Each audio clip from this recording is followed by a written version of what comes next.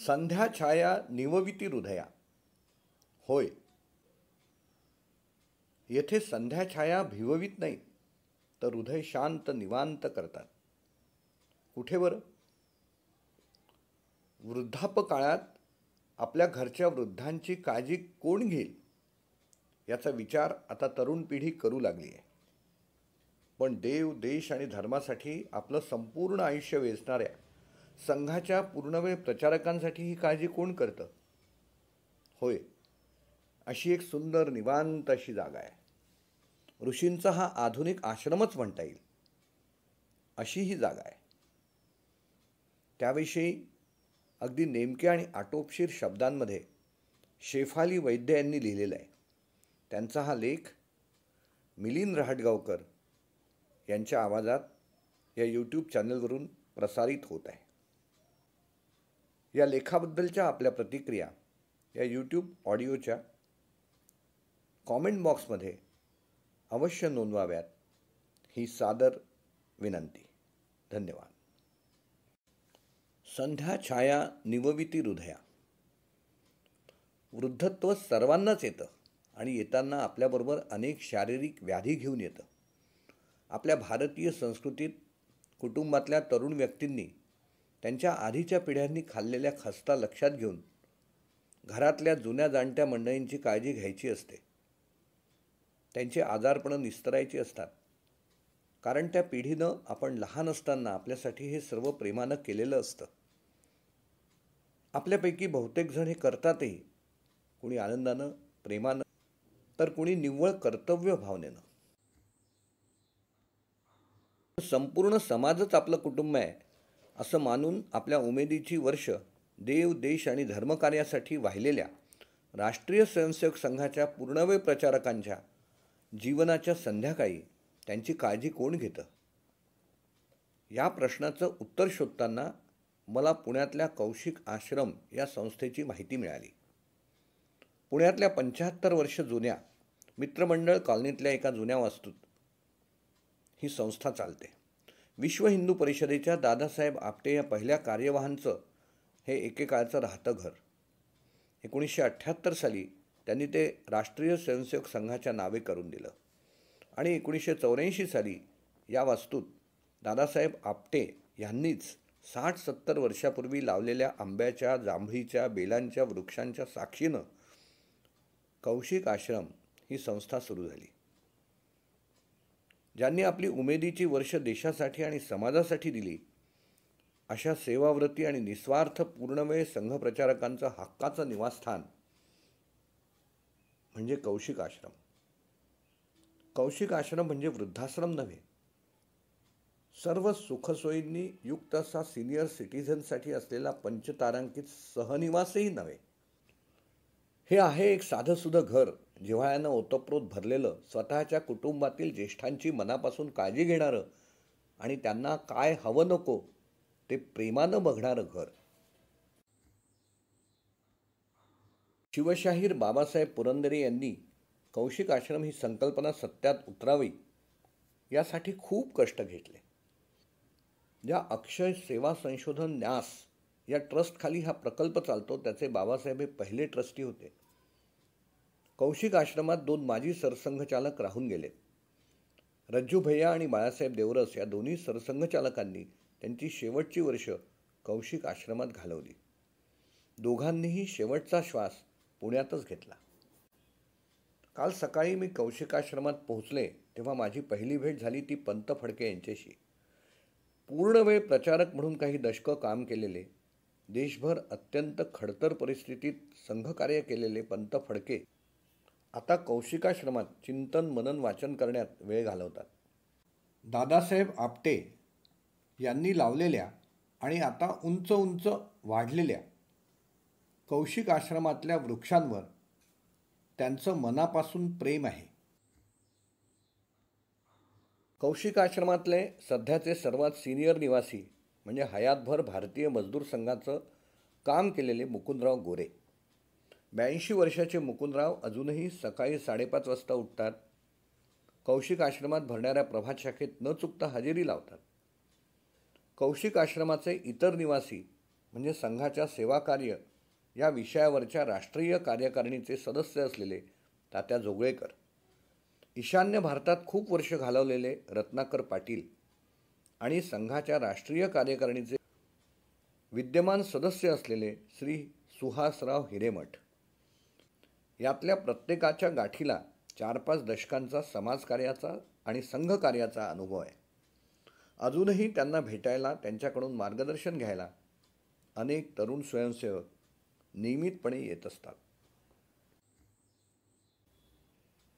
या 5ही जणांच्या विविध आरोग्यविषयक तक्रारी आहेत, त्यामुळे प्रत्येकाची डायटरी गरज वेगवेगळी आहे.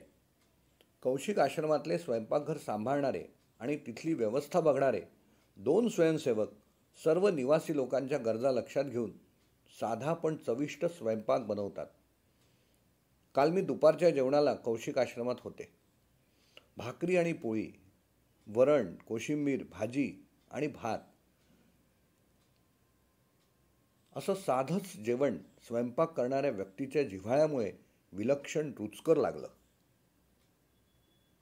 इथला दिनक्रम काय आहे हा प्रश्न विचारल्याबरोबर सारेच निवासी प्रचारक मिश्किलपणे हसले. कौशिक आश्रमातील दिवस पहाटे 5:30 वाजता सुरू होतो. मागच्या अंगणात प्रभात शाखा भरते, त्याला सर्व निवासी आणि व्यवस्थेतले कर्मचारी न चुकता हजेरी लावतात. नंतर चहा नाश्ता वगैरे झाल्यावर मोकळा वेळ असतो तो बहुतेक निवासी वाचन, चिंतन, मनन, लेखन यात घालवतात. दररोज कोणी ना कोणी भेटायला येतच असतं. शिवाय संघानं सोपवलेले काही ना काही दायित्व प्रत्येकाच्याच अंगावर असतं.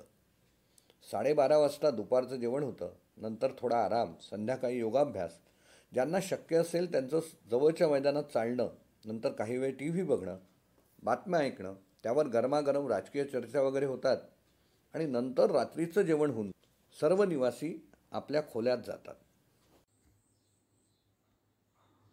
कौशिक आश्रमातल्या खोल्याही प्रचारकांच्या जीवनशैली इतक्याच साध्या.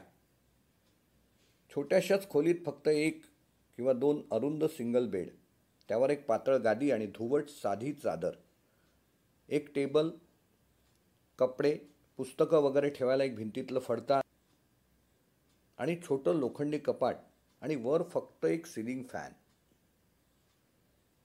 बाळासाहेब देवरस ज्या खोलीत राहिले होते ती इथली VIP खोली. म्हणजे काय तर खोलीत लाकडी पॅनेलिंग आणि खोलीबाहेर 2 छोटे सोफे, बाळासाहेबांना भेटायला येणाऱ्या लोकांसाठी ठेवलेले. बाळासाहेब हयात असताना ते प्रकृती अस्वास्थ्यामुळे खाली स्वागत कक्षात जाऊ शकत नसल्यानं खोलीत एक TVही ठेवलेला असायचा. बस, इतक्याच सोयीसुविधा, त्याही इथल्या VIP रूममध्ये. बाकीच्या खोल्या म्हणजे ब्रह्मचार्याची मठी, अगदीच साध्या. वर्षातून एकदा ऋषीपंचमीला कौशिक आश्रमात मोठा उत्सव होतो. सर्व निवासी प्रचारकांचा वाढदिवस या दिवशी पारंपरिक हिंदू पद्धतीनं औक्षण करून साजरा होतो.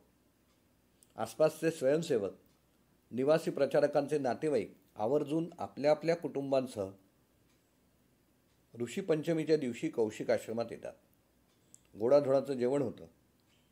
कौशिक आश्रम ज्या ट्रस्टच्या म्हणजे अक्षय सेवा संशोधन न्यासाच्या माध्यमातून चालवला जातो त्या न्यासाचे विश्वस्त सुनील राऊत आणि राजाभाऊ पानगावे यांनाही मी काल भेटले.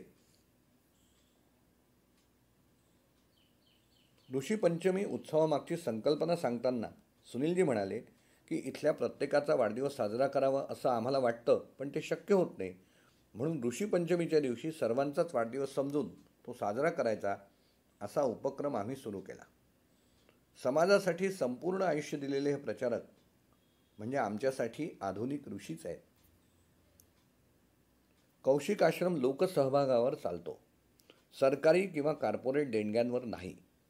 कोणाला जर हे वाचून या उपक्रमासाठी काही मदत करायची असेल तर अधिक माहितीसाठी कृपया 9404325774 किंवा 020-244-225-77 या क्रमांकांवर संपर्क साधावा.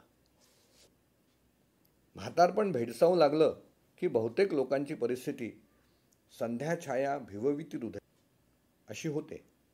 पण कौशिक आश्रमात आपल्या जीवनाची सायंकाळ शांतपणे घालवणाऱ्या इथल्या निवासी प्रचारकांच्या चेहऱ्यावरचे प्रसन्न कृतार्थ भाव पाहिले की वाटतं इथे तर संध्याछाया निवविती हृदया अशी भावस्थिती आहे.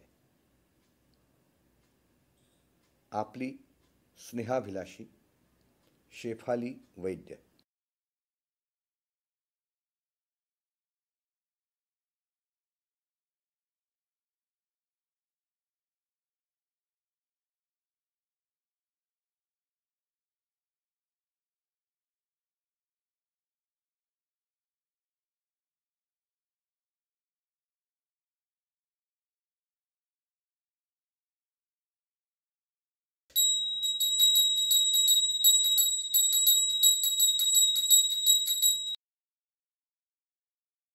मित्रांनो, सरतेशेवटी एक विनंती आहे की हा व्हिडिओ जर आपल्याला आवडला असेल तर लाईकचं बटन दाबा, शेअरचं बटन दाबून हा व्हिडिओ आपल्या मित्रांपर्यंत आणि नातेवाईकांपर्यंत पोहोचवा. माझा उत्साह जर आपल्याला वाढवायचा असेल तर सबस्क्राईबचं बटन दाबायला विसरू नका. माझ्या यूट्यूब चॅनेलवरील नवीन व्हिडिओचं नोटिफिकेशन अग्रक्रमाने मिळवायची इच्छा असेल तर बेल आयकॉन आपण अवश्य प्रेस करा ही विनंती करतो आणि आपली रजा घेतो. धन्यवाद.